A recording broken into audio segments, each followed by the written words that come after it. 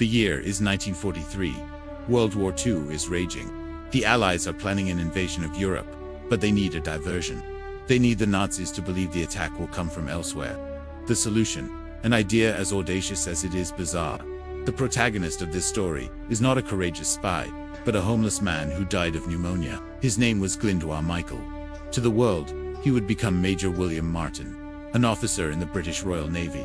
The plan was hatched by Ewan Montagu, a British naval intelligence officer, and Charles Chumley, a Royal Air Force officer. Operation Mincemeat, or as they called it, minced meat. Montagu and his team created an entire life for William Martin. Love letters from the fake fiancée Pam, theater tickets, an identity card that looked real. They wanted the Nazis to have no doubts about its authenticity. And on the body, a briefcase, chained to the wrist. Inside, the false documents. In April 1943, the body of William Martin was placed in a submarine and taken to the coast of Spain. The plan was for ocean currents to carry the body to the beach, where it would be discovered. On May 2nd, the body was found. The Spaniards, who were neutral but sympathetic to the Nazis, handed the documents over to the Germans. Hitler himself personally analyzed the documents and fell into the trap. He believed the invasion would come from Greece and Sardinia, not Sicily. Hitler moved his troops to the wrong locations. The invasion of Sicily, codenamed Operation Husky, was a success, with far fewer casualties than expected. Operation Mincemeat, the minced meat had worked, a lie that saved thousands of lives.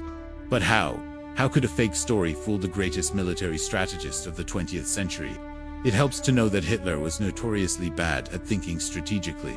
He was much more comfortable in his role as an artist, which is why he initially wanted to be an architect. But fate, or perhaps destiny, had other plans for him. As the leader of the Nazi Party, he spent more time plotting the destruction of political enemies than plotting military strategies. Even during World War II, Hitler often felt too much like a businessman counting his money. The war was being fought by generals, not by him. So when he saw the documents found on the dead British major, he believed them. Why wouldn't he? The documents said the Allied attack would be in Greece, and that made perfect sense to Hitler. Greece was close to Egypt, where the British had recently suffered a humiliating defeat.